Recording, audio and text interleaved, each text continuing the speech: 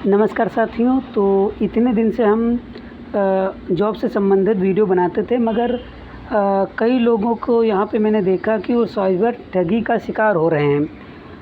मेरे यहाँ जनसेवा केंद्र है, जहाँ पे ये इस तरीके की कंप्लेंट्स आती हैं, तो वहाँ पे जो कस्टमर होते हैं उनका पैसा रिफ़ंड कराया जाता है।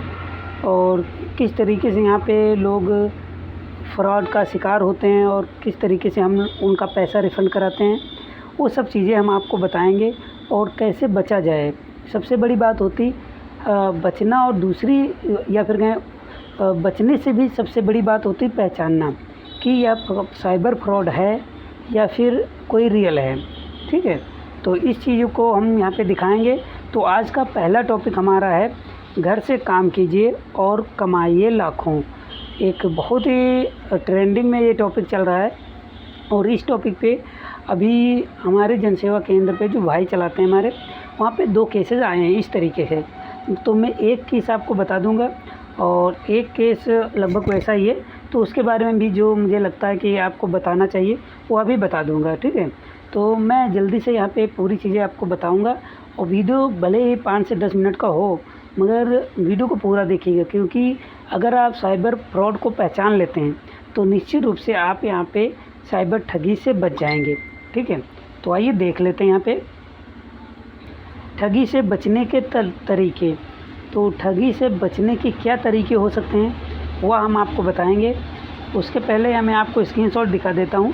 एक मेरे फ्रेंड हैं या फिर कहीं कस्टमर हैं, शॉप पे आते थे, तो इनके साथ एक फ्रॉड हुआ। इन्हों को एक पेंसिल बनाने की एजेंसी देने के नाम पे ठगी हुई है।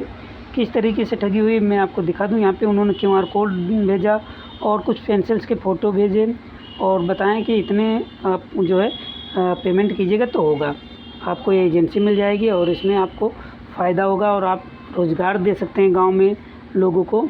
और ये जो व्यक्ति हैं ये प्राइमरी टीचर हैं, प्राइवेट स्कूल में पढ़ाते हैं, जो कि 1500 से 2000 फ़ीस वगैरह या फिर कहें सैलरी वगैरह है उनकी। ठीक है, यहाँ पे इनसे कहा गया, QR कोड भेजा गया कि आप जो है 620 रुपये का पेमेंट कीजिए। ये देखिए 620 का स्क्रीनशॉट है, इन्होंने सबसे पहले यही भेजा था। 620 रुपये का स्क्रीनशॉट इन्होंने भेजा, जो कि कोई वारिस नाम से QR कोड था। इसको आप स्कैन करेंगे तो फ्रॉड का QR कोड है। ठीक है, तो यहाँ पे 620 रुपये का यहाँ पे पेमेंट करने के लिए कहा गया, और कहा गया कि आपको माल डिलीवर होगा आपके होम डिस्ट्रिक्ट पे या फिर आपके घर पे। उसके बाद आपको काम शुरू हो जाए। ये रिकॉर्डिंग वगैरह भेजते हैं और वॉइस कॉल भी करते हैं ये लोग, फ्रॉड जो हैं। और यहाँ पे देखिए 620 का जो पेमेंट करते हैं, उसके बाद इनको एक फ़ोटो और आधार कार्ड मांगा जाता है। ठीक है, तो उस पर इस तरीके से देखिए बिल्कुल पूरी तरीके से फर्जी लग रहा है। ID कार्ड जिस तरीके से बन के आया है बिल्कुल फर्जी। कहीं आधार कार्ड ID कार्ड पे होता है, ठीक है, सैलरी कहीं लिखी होती है। तो अगर आप थोड़ा भी जागरूक हैं तो निश्चित रूप से आप पहचान लेंगे कि ये फर्जी है। ठीक है, क्योंकि ये लोग इतने जागरूक नहीं होते, इतनी नॉलेज इनको नहीं होता है। ये जाहिल एक तरीके से होते हैं। इनको अब केवल इनके एरिया में कोई करता होता उसके थ्रू ये भी करने लगते हैं।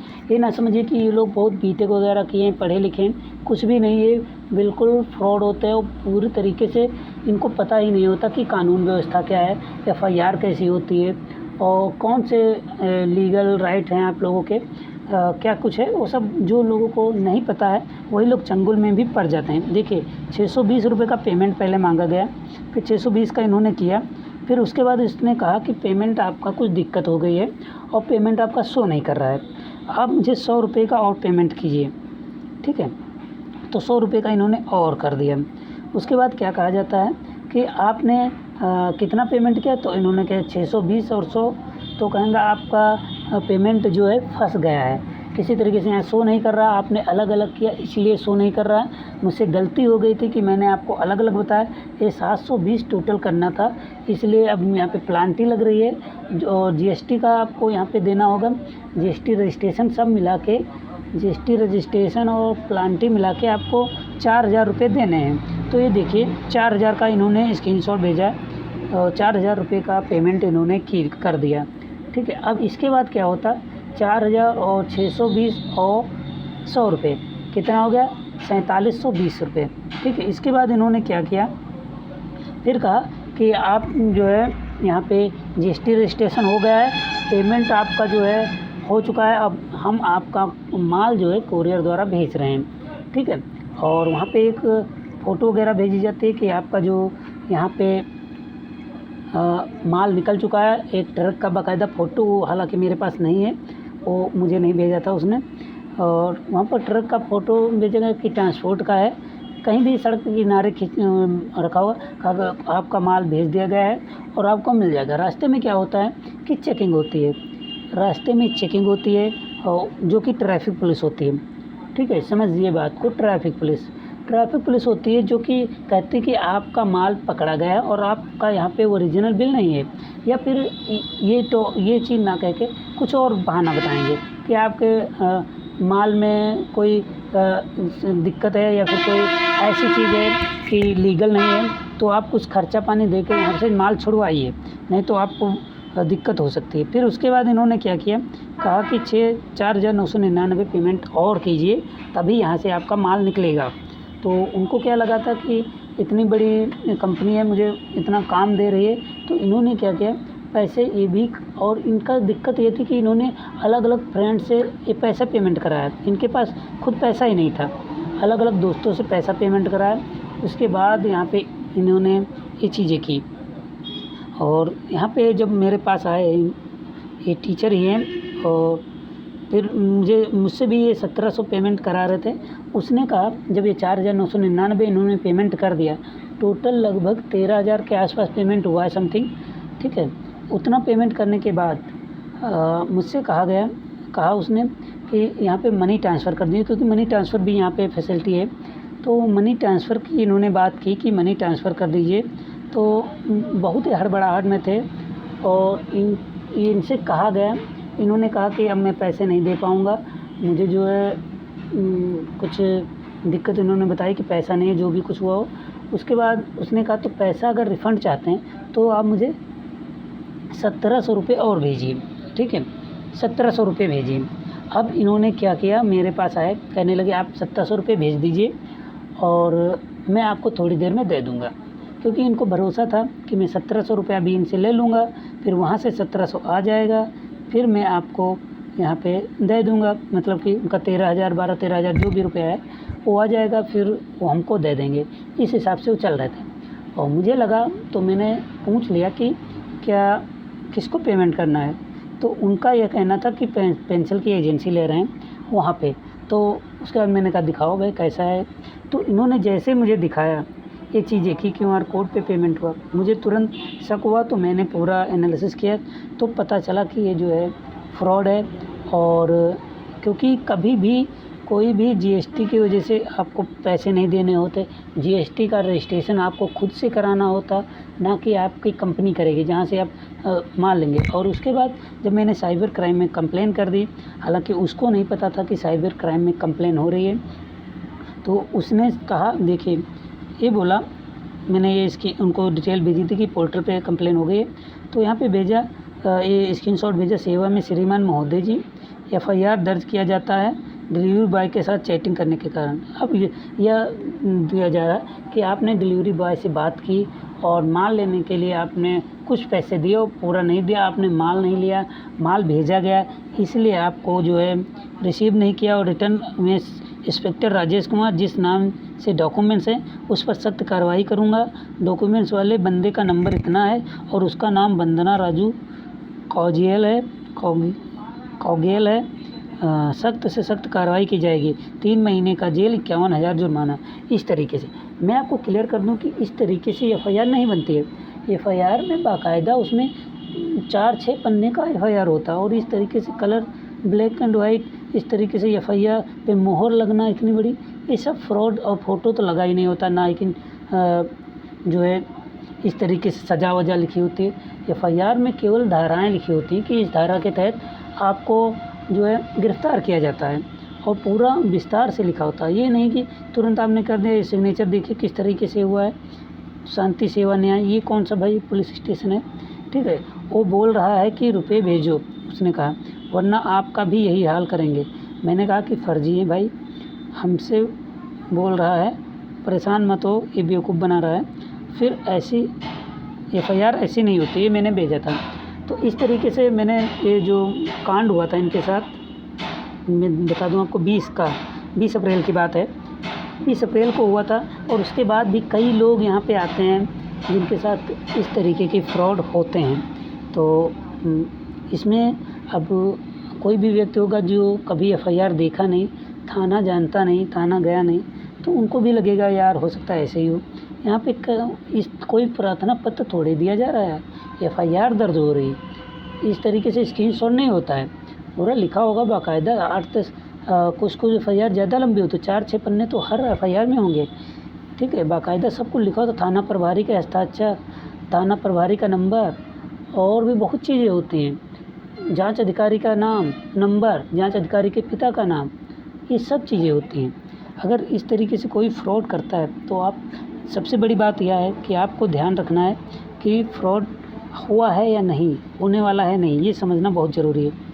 तो अब हम बात करते हैं कि साइबर फ्रॉड से बचने के क्या तरीके हो सकते हैं। सबसे पहले मैं आपको बता दूं, साइबर फ्रॉड उन्हीं लोगों के साथ होता है जो लोग जागरूक नहीं हैं साइबर फ्रॉड के अगेंस्ट। क्योंकि जब भी कोई फ़ोन करेगा आपको और गूगल से आप नंबर कोई सर्च करते हैं किसी कंपनी का, अगर गूगल पे नंबर दिखे तब भी आपको उस पर ट्रस्ट नहीं करना है, ध्यान रखिएगा। और ज़्यादातर जो कंपनियों के नंबर 1800 से शुरू होती है ओरिजिनल मोबाइल नंबर अगर हैं तो ट्रस्ट करें थोड़ा सोच समझ के। और पेमेंट वगैरह और एनी डेस्क एक बहुत ही इम्पोर्टेंट चीज़ है।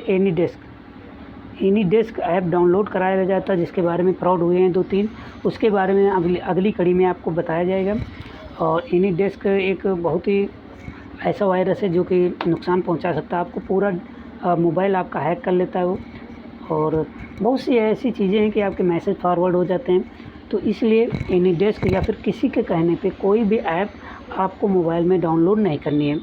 और ध्यान रखिएगा थर्ड पार्टी ऐप जो कि प्ले स्टोर से ना मिलती हों, जैसे ड्रीम11 अभी प्ले स्टोर पे नहीं मिलती थी, बड़ी क्योंकि वो लीगल नहीं थी।